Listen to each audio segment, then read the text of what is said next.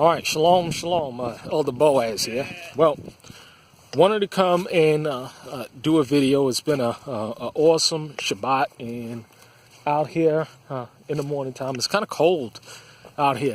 I'm telling you, this weather out here fluctuates massively, but it is definitely been a good day. Put some more meat in the freezer. I mean, thank the Father for that, and. Because he said that your storehouses will be folding. I'll tell you, I got to do a video on that because the storehouse is full.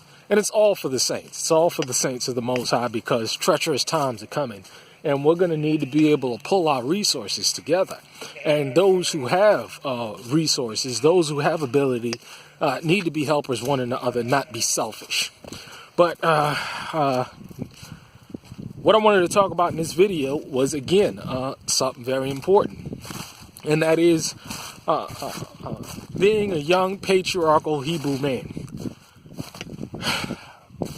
We're trying our best at RTA to sound the call. We have a call today where we're going to be talking to the young patriarchal Hebrew men and teaching them a varied of skills, whether it comes to marriage, family, animal husbandry, agriculture, business, because the elders of RTA are comprised of men that are accomplished men.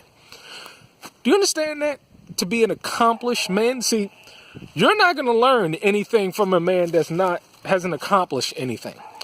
If you want to learn business, are you going to learn business from a man that has been a failure at business? If you want to learn how to grow livestock, are you going to learn it from a man that has failed at growing livestock? If you want to learn how to grow food, are you going to learn it from a man that is a failure at growing food? If you want to raise a strong family, are you going to learn this skill set from a man who's failed as raising his own family? Am I making any sense here? Am I making any sense here?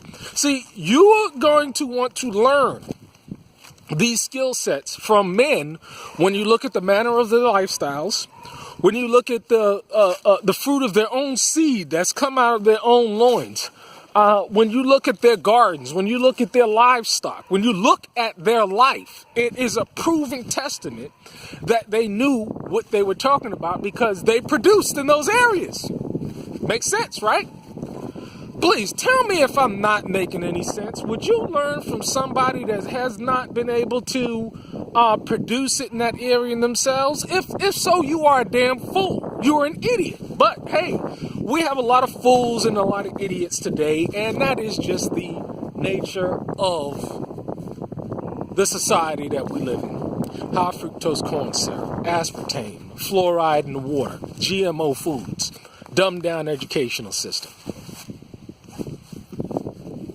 I'm an accomplished man, and I didn't come from money, and I'm not a very wealthy man right now, but I can hold my own.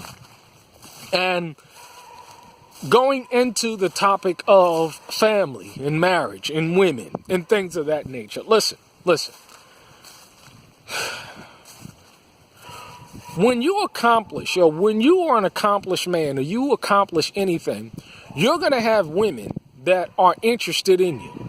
Now, there are women that can be interested in you for good reasons, and they could be women that are interested in you for bad reasons, okay? Today, in the society we're living in, we lack quality women, just like we lack quality men. But being that the ratio of women to men in this society today is about 10 or 12 to 1, you have a problem with society producing real quality women. You have women today that has been with a lot of men.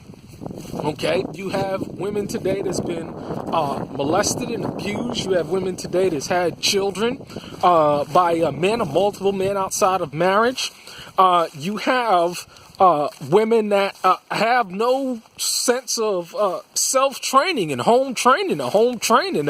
They don't know how to be a good woman because they did not have a man, a father figure in their life, as well as a mother figure in their life to teach them how to be a good woman.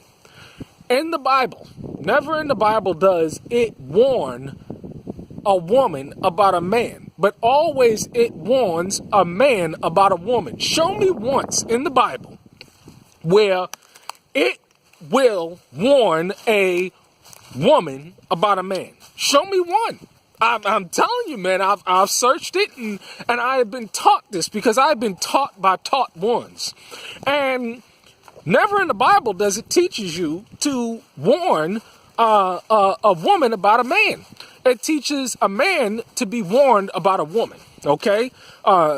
In the Psalms, in Dawood, he calls over and over and over and over again about whorish women, hardy women, making sure that you stay away from them. And the reason why is that these women will bring you to a morsel of bread. And there is nothing worse, the Bible even says, hell have no fury like a woman scorned.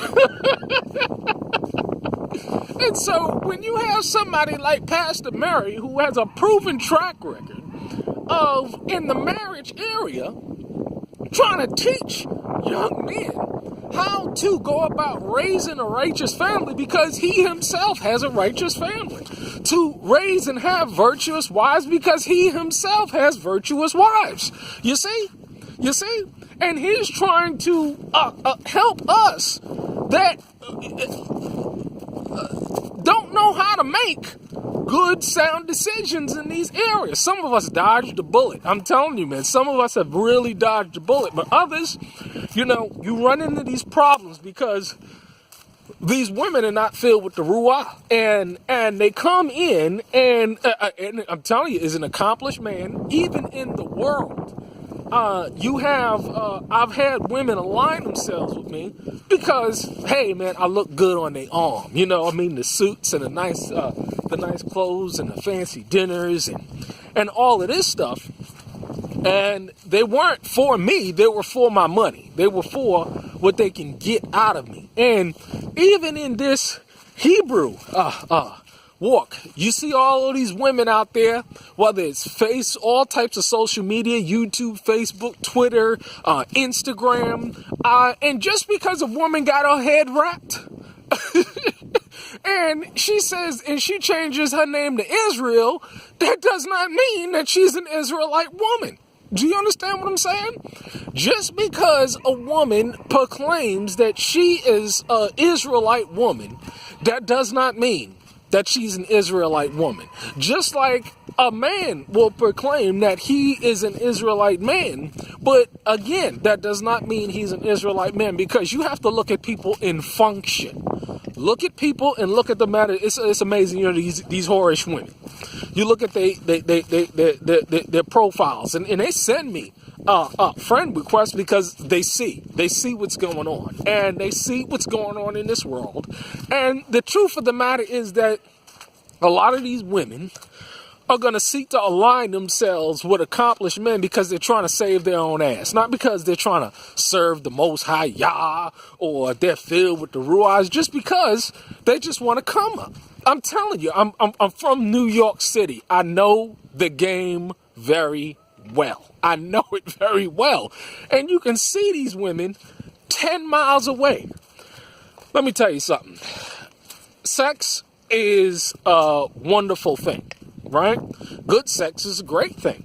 But are you going to trade 10 minutes worth of sex for days and nights of heartache and pain and stress from this same woman? No. It's not a good exchange. And again, we were going over the book of Genesis, and it talked about how the Most High put a man to sleep. He put the man to sleep and extracted the woman from his rib and gave her onto him and gave her a task, and gave the Most High gave Adam a task, and then designed the woman to be that man's helpmate. And the fact of the matter is that It's sad to see, but a lot of these women, they have no intentions of being an Israelite woman. Yeah, sure, they like, because it's religion. See, they've joined another religious organization because they've learned religion. Just like the men, they've learned religion from the perspective of Christianity or any of these other camps. And they bring this philosophy and this perspective over into the faith, and they're nothing but whores. They're nothing but whores. They got their heads covered. They proclaim the name of Yah, but when you look at them in function, they're no good at all. And that's why I said these crappy women are going to link up with the crappy men and the good quality woman. See, the Proverbs 31 woman, if you go and read it, I mean, it's very much clear as day. The character, the conduct, the thought process of this woman. And a lot of these women have and never will match up with the terms and conditions of a true Proverbs 31 woman. You just ain't going to see it happen because they're about themselves. They've served themselves in the world, and they're going to serve themselves in this faith. And if somebody going to line up with their perspective, their ideas, their philosophy, perspective, and viewpoint, it ain't going to work. They're going to raise holy hell. They're going to raise holy hell in that home. So you be mindful, especially, and there's so few you accomplished men out there, but the idea is that we're trying to get some young patriarchs, some young men that want to raise a family, want to own land, want to raise livestock, and teach them how to do these things, and so that they can have a flock of their own, so that they can have a righteous seed of their own. Because, see, again, I say it over and over again, a corrupt tree cannot bring forth good fruit. A man or a woman that is corrupt cannot bring forth good fruit out of their loins. Show me one example. So you see, in this day and age, show me an example. Show me one example. So the idea is that you're going to have to learn from people who have the wisdom, knowledge, and experience in these areas. Because, see, just because somebody has title, that doesn't mean that they have this wisdom, knowledge, and experience in all areas. This is why you have assemblies like RTA, like the Righteous True Assembly, that is comprised of elders that are skilled and have proven track records in these areas, so that you younger folks that are coming up in your 20s and your early 30s can learn this stuff from people who's done it and has a proven track record of it. And when you look at their families, there's fruit. When you look at their flocks, there's fruit. When you look at their gardens, there's fruit. When you look at their lives, there's fruit. Am I making any sense here? Am I making any sense? I'll put the link down again below. And hopefully, those who have the ears to hear, let them hear and bring forth righteous fruit. Shalom.